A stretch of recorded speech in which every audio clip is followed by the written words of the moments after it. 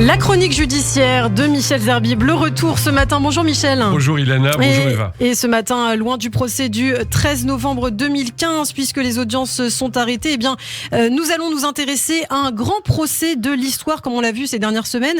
C'était il y a bientôt 25 ans, Michel, le 8 octobre 1997, s'ouvrait donc le procès de Maurice Papon pour crime contre l'humanité à Bordeaux, devant les assises de la Gironde. Oui, Ilana, c'est ce qu'il est convenu d'appeler l'affaire Papon, qui avait éclaté le 6 mai 1981, entre les deux tours de l'élection présidentielle entre Giscard et Mitterrand. Le Canard enchaîné publiait ce jour-là un article intitulé « Quand un ministre de Giscard faisait déporter les Juifs ».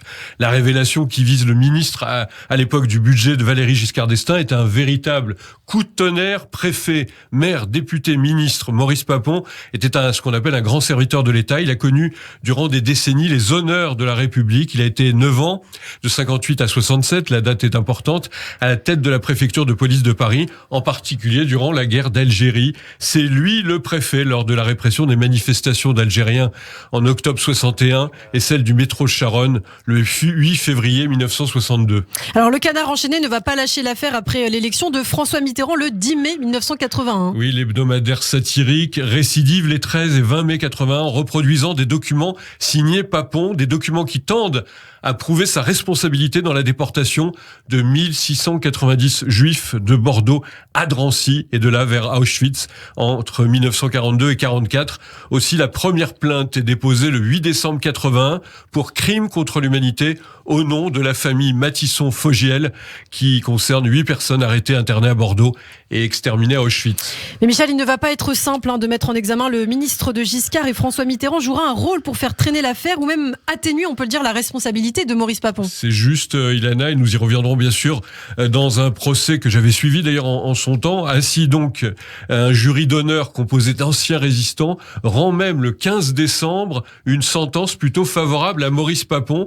Cet aéropage prestigieux lui reproche certes d'avoir contribué à des arrestations et déportations et de ne pas avoir démissionné en juillet 42 au moment des rafles, mais il conclut qu'il a participé à la résistance par une attitude courageuse. Après de nouvelles plaintes et l'ouverture d'une information judiciaire en juillet, Maurice Papon est inculpé en janvier 83 de crimes contre l'humanité. Et puis c'est au tour des historiens d'enquêter encore sur le cas Papon. Oui, 2 ans plus tard, une expertise est confiée aux historiens Jacques Delarue et André Gouron, ainsi qu'à l'ancien préfet Roger Bellion, et penche en faveur de Maurice Papon. Il a évité des déportations en opérant 130 radiations dans le fichier des Juifs, ce qui sera bien sûr l'axe de défense au procès. Mais une erreur de procédure du juge d'instruction provoque l'annulation en février 87 de toute l'instruction. La chambre d'accusation de la cour d'appel de Bordeaux est alors désignée pour reprendre l'affaire. Et en 88, nouvelle inculpation en recevant à l'Élysée l'association Résistance, Vérité, Justice qui soutient Maurice Papon. Le président François Mitterrand qualifie l'affaire de règlement de compte politique et la longueur d'instruction, dit-il, d'attentatoire à la démocratie. Et puis il faudra encore 8 ans pour que Maurice Papon soit renvoyé devant la cour d'assises. Eh oui, c'est en 1996 que la chambre d'accusation de la cour d'appel de Bordeaux renvoie Papon devant la cour d'assises pour complicité de crimes contre l'humanité, contre l'avis d'ailleurs initial du procureur général.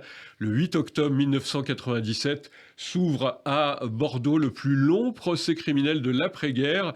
Les historiens, les résistants qui s'opposent sur le rôle de l'accusé de Vichy avant les témoignages si forts des familles des victimes. Nous sommes des survivants. Nous espérons de ce procès être des vivants, dira notamment Maurice Matisson, dont 8 proches ont été déportés dans un convoi organisé par Maurice Papon. Alors après 6 mois d'intenses débats, le 2 avril 1998, Maurice Papon est condamné finalement à 10 ans de réclusion criminelle et au versement de l'équivalent de 700 000 € aux parties civiles. Oui, il s'était passé entre-temps le fameux discours du président Jacques Chirac, son extraordinaire discours du Veldiv en juillet 95. Oui, la folie criminelle de l'occupant a été secondée par des Français, par l'État français. Un discours, vous savez, Ilana, qui avait été critiqué il n'y a pas si longtemps par un candidat à la présidentielle en 2022.